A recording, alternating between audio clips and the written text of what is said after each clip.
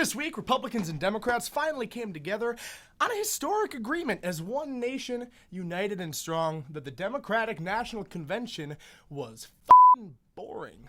Anyway, that's what we're talking about today, so buckle up, Chief. I'm Herrmann, and you're watching Classical Herrmann.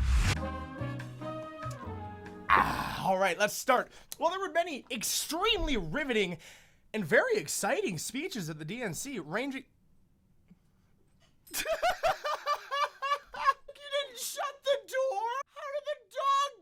That's an L. That's the biggest L. She's gonna knock the camera over. Start those videos over. That was... Oh my fuck. Get the fuck out. Oh! Well, there were many extremely riveting and very exciting speeches at the DNC, ranging everywhere from full-blown socialism to half-blown socialism. The speech that stood out the most to me was one delivered by former Rhino, Ohio governor, John Kasich. Yes, the Republican governor, most well known for getting thrashed by Donald Trump as well as Ted Cruz in the 2016 election, has officially endorsed Joe Biden. I've known Joe Biden for 30 years. I know his story of profound grief that has so deeply affected his character. I know Joe is a good man, a man of faith, a unifier, someone who understands the hopes and dreams of the common man and the common woman. This endorsement has seriously rubbed Republicans and myself the wrong way, not just because he supports Biden in 2020. Look, there's nothing wrong with disagreeing with Trump's vision for America and voting the other way, although I would personally disapprove of such an ill-advised decision. But there is something wrong with making your political choices based on the personality of politicians and not policy. This is exactly what John Kasich just did. Let's be honest here. Trump's a loudmouth. He speaks exclusively in hyperbole. He's a president who comments on things before he even knows what he's commenting on, and frankly, he's a bad image for the Republican Party. So I would completely understand why an honest and driven conservative would refrain from endorsing the president. I understand that. However, to come out in favor of Joe Biden, well, that's a total compromise of the principles Kasich has espoused for his entire political career. And listen to the speech. Listen to the speech. Kasich makes no mention of any policy in which he agrees with Biden over Trump. What is in my eye? There we go. The whole speech is about personality, which is the exact kind of politics we as a country, regardless of party, should be trying to get away from. Yes, there are areas where Joe and I absolutely disagree, but that's okay, because that's America. Excellent argumentation by Kasich there. Sure, the job Joe's running for is in direct opposition to everything I stand for, but that's okay, because that's America. But hey, look, if John Kasich wants to endorse a candidate who's going to actively try and obstruct everything he's fought for his whole life, he can go ahead and do so. But he can't expect principled conservatives and moderates to stand with him on this. TLDR, if you're a Republican, don't endorse Democrats. I don't see this endorsement affecting the 2020 election in the slightest. Oh, yeah. Michelle Obama also gave a speech. It was boring. Nobody voted for her. I don't really care. Go watch it yourself if you want to. Otherwise, if you'd like to avoid giving yourself a brain aneurysm, just watch this. And there's also this one chick who threw her dad under the bus for voting for Trump, which was, yeesh. My dad was a healthy 65-year-old. His only pre-existing condition was trusting Donald Trump, and for that, he paid with his life. Wow. So I guess there's really no line the DNC won't cross. This just shows that...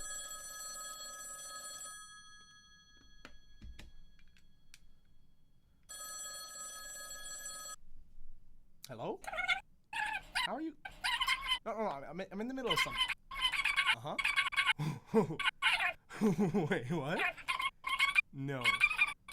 She didn't. What are you doing? God damn. So they let Elizabeth Warren speak at the Native American caucus? Okay, somebody needs to be held accountable for this, okay? Cause that's just goddamn hilarious.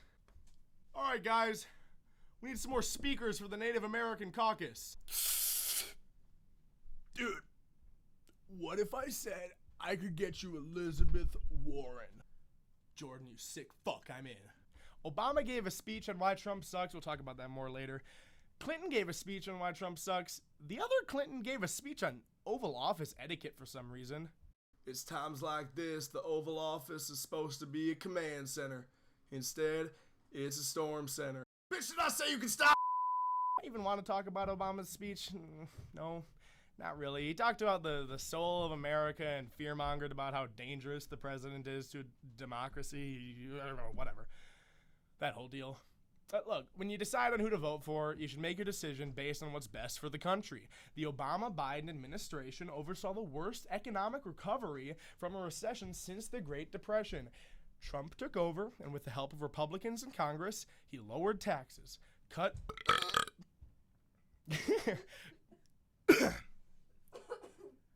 lowered taxes, cut regulations, and opened the door for laissez-faire economic policies to spur economic growth unimaginable during the Obama years.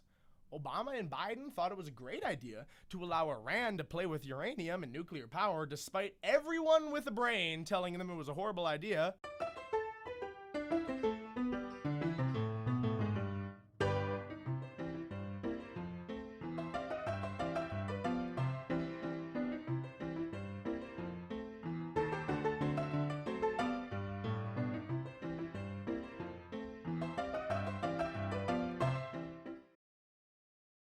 Israeli Prime Minister Netanyahu exposed the fact that Iran was developing nuclear weapons, Trump pulled us right out of that deal.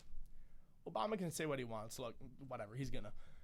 And Trump is by no means the best possible candidate, but it's the record that matters. And the record is very clear.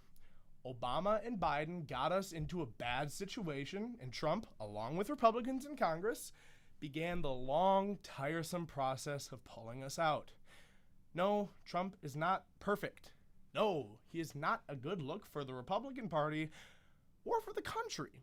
But he demonstrates good decision-making, and that's what matters. Finally, I'd like to quickly show you a major lie in Biden's acceptance speech.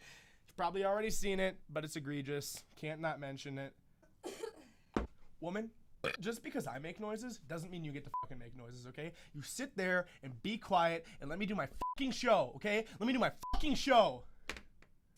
Just a week ago yesterday was the 3rd anniversary of the events in Charlottesville. Close your eyes. Remember what you saw on television. Remember seeing those neo-Nazis and Klansmen and white supremacists coming out of fields, spewing the same anti-Semitic bile heard across Europe in the 30s. Remember the violent clash that ensued between those spreading hate and those with the courage to stand against it.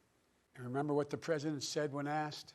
He said there were, quote, very fine people on both sides. It was a wake-up call for us as a country, and for me, a call to action. At that moment, I knew I'd have to run.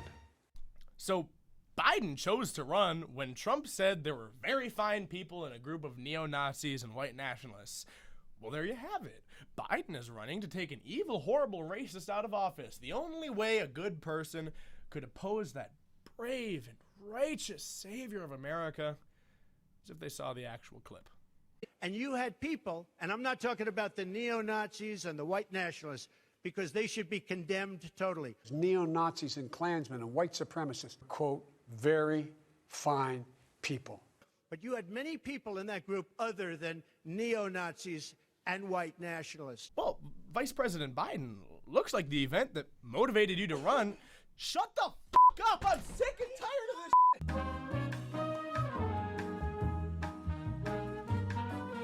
Looks like the event that motivated you to run never actually happened. Does that mean you'll drop out now? No? Thought so. I'm Reese Herrmann, and this has been Classical Herrmann. Also, have you seen this? This aged like fine wine. I wonder, is it George Washington next week, and is it Thomas Jefferson the week after? You know, you really do have to ask yourself, where does it stop? Okay, Self, where does it stop? I'm going to say it stops at the people who tried to destroy the country that George Washington and Thomas Jefferson founded. But